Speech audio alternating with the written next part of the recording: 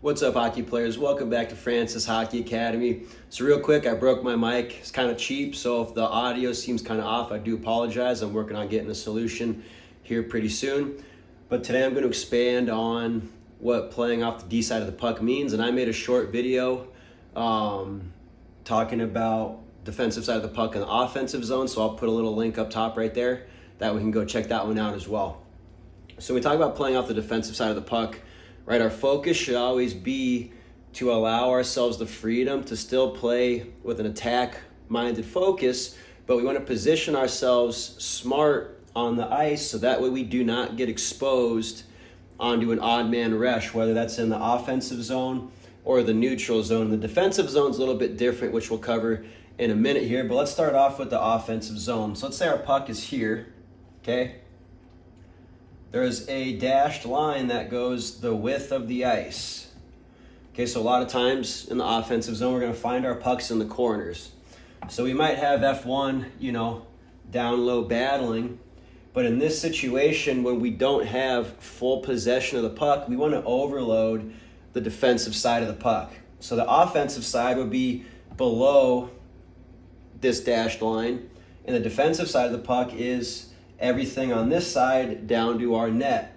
Now, one thing that is important to remember is we not only want to place ourselves on the defensive side of the puck, but we want to place ourselves on the defensive side of our opponent. Meaning, if X2 is supporting X1 on this battle, depending on the situation, we're going to want F2 to be on the other side of X2 because that's going to put F2 in a defensive position to close down X2 if they get the puck. And then, of course, F3 will be high in the middle. D1 is on the strong side point. And then D2 is on the weak side point. So while we're having a battle here, we're still positioning ourselves to have the potential to win the battle and try to get a scoring chance out of this corner. But in the off chance that X1 comes out with the puck and tries to hit X2 or X3 or whoever, we have our four greens, D1, D2, F2, and F3, in a defensive-minded position to make sure we don't get caught vulnerable on a rush, okay? But as you can see, we're still in a position to attack if we do win the puck. Another common occurrence that I see a lot in hockey is when the puck battle is high up on the board in our offensive zone. So as always, we want to make sure we're challenging them from our D side of the puck. So we might have D1 here stepping in to try to hold the blue, but we have X1 and X2 pressuring. So what we want to see is another one of our forwards to come in and support on the D side. So we might have, we'll say F1 helping out.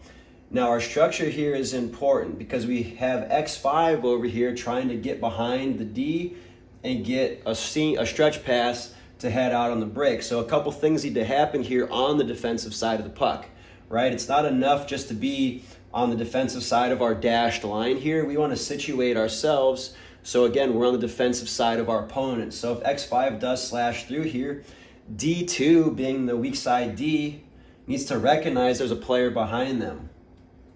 So D2 needs to drop back and protect this middle area of the ice all the way down to the net. So that way we don't give up any rushes down the middle, and D2 is in a position to guide the puck wide and protect the middle of the ice.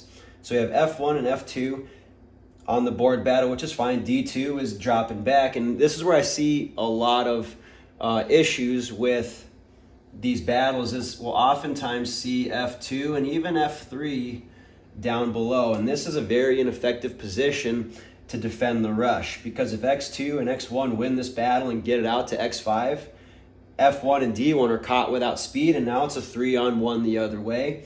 And a lot of times I see F2 and F3 standing and watching in hopes that the puck squirts out and they can get an attacking advantage. So what we need to see here is F2 needs to hustle across to the D side of the ice and assume D1's position because D1 has to take the puck carrier right away. So F2 needs to get back into a defensive role as a defenseman, and F3 needs to get back to defend the high middle ice. And now we have all five green players not only on the defensive side of the puck, but they're all in positions and assuming a role of defensive responsibility to make sure that we're helping out F1 and D1, but we're also situated so that we can defend any rushes and we're not caught in a vulnerable position. So whenever there's board battles, let's always think first, okay, where do I need to be defensively to shut this down if the puck ends up going toward our end of the ice? Neutral zone is going to be a little bit different because that's the area where the most transitions typically tend to occur. So, and this is going to be dependent on whatever forechecking system, the neutral zone you like to use. My teams will depend, but my older team, I like to run a 1-1-3 trap. And now your neutral zone forecheck is going to be dependent on, you know, the needs of your team, the habits, you know, the inherent skill that players have skating. So there's a lot that goes into selecting the optimal forecheck. So we like to use the 1-1-3. And when we're thinking about being on the D side of the puck in the neutral zone, we want to think from our neutral zone forecheck standpoint. So F1 is going to pressure from the middle out. F2 is playing almost parallel but kind of behind F1 because we always want to protect the middle. And then D1 is going to cheat up towards the strong side. D2 is staying back down the middle. And F3 is kind of playing back by the D, being ready to fill in for D1 at any given point during this forecheck. Now, let's say F2, for whatever reason, falls down in the offensive zone. Play advances and we set up our forecheck, which is fine. F2's main priority is not only to get back on the defensive side of the puck, but we get back through the middle of the ice. The middle of the ice is always the most dangerous area, and it's where the play switching occurs that allows us to be exposed along the weak side. So we're in the neutral zone. The most important area that we always want to cover on the defensive side of the puck is going to be our middle lane on the ice. The defensive zone is going to be the one exception to this defensive side of the puck rule. And that's because if we look at our dashed line here, based off what I've been talking about, anywhere else in the ice, this side would be our defensive side, and this side up would be the offensive side of the puck, right? So if we take this rule literally, we're going to see all 5 guys down here, right? But that makes absolutely no sense. So when we're in our D zone, we need to transition into our defensive zone structure, whatever that may be. And now our priority is to protect our house, okay? So here we're looking to position ourselves into the middle, outward, making sure our opponents cannot pass, shoot, or skate through this high scoring area within our zone. So if our puck is here in the corner, we should always have D1 pressuring. F1, whoever the first forward back into our D zone is helping out down low. F1 is helping D1. D2 is protecting the front of the house and making sure they're picking up any loose sticks or bodies that are in any type of threatening position. And then we're going to have F2 on the strong side. And then F3 taking away the middle high slot. Whoops. F2 should be a little more over here. There we go.